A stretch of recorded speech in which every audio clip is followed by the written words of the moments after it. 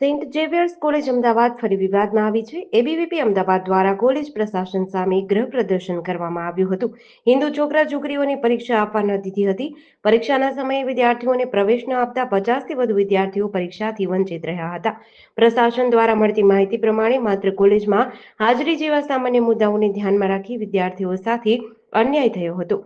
વિદ્યાર્થીઓ દ્વારા medical report મૂકવા છતાં કોલેજ પ્રશાસન પોતાની દાદાગીરી અને મનમાનીથી વિદ્યાર્થીઓને તથા વાલીઓને કોલેજ બહાર કાઢ્યા હતા।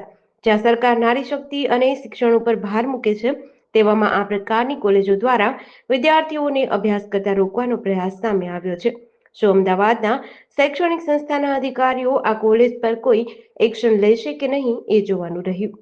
કઈ ને કઈ આવું દરેક કેમ્પસ ની અંદર જોવા મળતું હોય છે કે એવું કહે છે કે એટેન્ડન્સ નથી અને એ બાને અમુક કેમ્પસ તો એવા હોય છે કે એ લોકો જે વધારાની ફી ઉઘરાવતા હોય છે।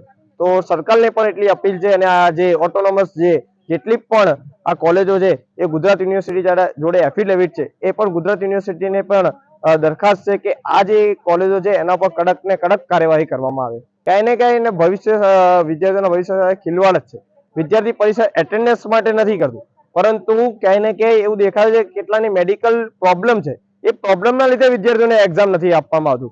હું અહીંયા આપના માધ્યમથી એ જણાવવા માંગીશ કે વિદ્યાર્થીઓને જે અટેન્ડન્સ એ 75% હોવી જ જોઈએ અને વિદ્યાર્થી પરીક્ષા એના સમર્થનમાં જ છે, પણ ક્યાંય ને ક્યાંય અહીંયા એવો વિષય ધ્યાનમાં આવે છે કે મેડિકલ પ્રોબ્લેમ છે અને તેમ છતાં પણ આ લોકોને એક્ઝામ આપવા દેવામાં આવતી નથી। નમસ્તે, પ્રિયમ ભાટિયા, કર્ણાવતી મહાનગર સહમંત્રી, અખિલ ભારતીય વિદ્યાર્થી પરિષદ। આજ રોજ અખિલ ભારતીય વિદ્યાર્થી પરિષદ દ્વારા આજે એક કેમ્પસ છે સેન્ટ ઝેવિયર્સ કેમ્પસ, એ કેમ્પસની અંદર રજૂઆત કરવામાં આવી કે જે અમુક જે વિદ્યાર્થીઓ છે જેનું મેડિકલ સર્ટિફિકેટ છે છતાં પણ આ કેમ્પસના લોકો એ લોકોને એક્ઝામ આપવા નથી દેતા।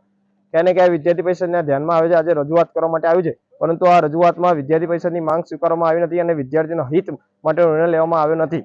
તે સંદર્ભમાં આવતીકાલે વિદ્યાર્થી પરિષદ આખા કેમ્પસની અંદર મોરચો મારશે અને આ જે કેમ્પસ છે વિદ્યાર્થીઓના હક માટે વિદ્યાર્થી પરિષદ હર હંમેશા લડતું રહેશે। આ વખતે વિદ્યાર્થીઓને એવું કે છે કોઈ ઇવેન્ટની અંદર તમે ભાગ લો છો, એ ઇવેન્ટના તમારે 250 રૂપિયા જો ભાગ નહીં લો તો તમારે આપવા પડશે અને એની પણ એટેન્ડન્સ ગણાશે નહીં। અને ક્યાંય ને એવું ધ્યાનમાં આવે છે કે 50% જેટલા વિદ્યાર્થીઓ જેની એટેન્ડન્સ ઓછી છે એ લોકોને પણ એક્ઝામ આપવામાં આવી છે અને જે આ મેડિકલ વાળા છે, અમુક કમ્યુનિટી વાળા હોય કે જે કોઈ નેતાના દીકરા હશે, લાગે છે કે એમને કોઈ ભલામણ કરી હશે, પરંતુ ક્યાંય ને ક્યાંય એવા સામાન્ય વિદ્યાર્થીઓનો આજે અવાજ દબાવવામાં આવ્યો છે। એ અવાજને સાકાર કરવા માટે વિદ્યાર્થી પરિષદ કાલના દિવસમાં ઉગ્રમાં ઉગ્ર આંદોલન કરશે।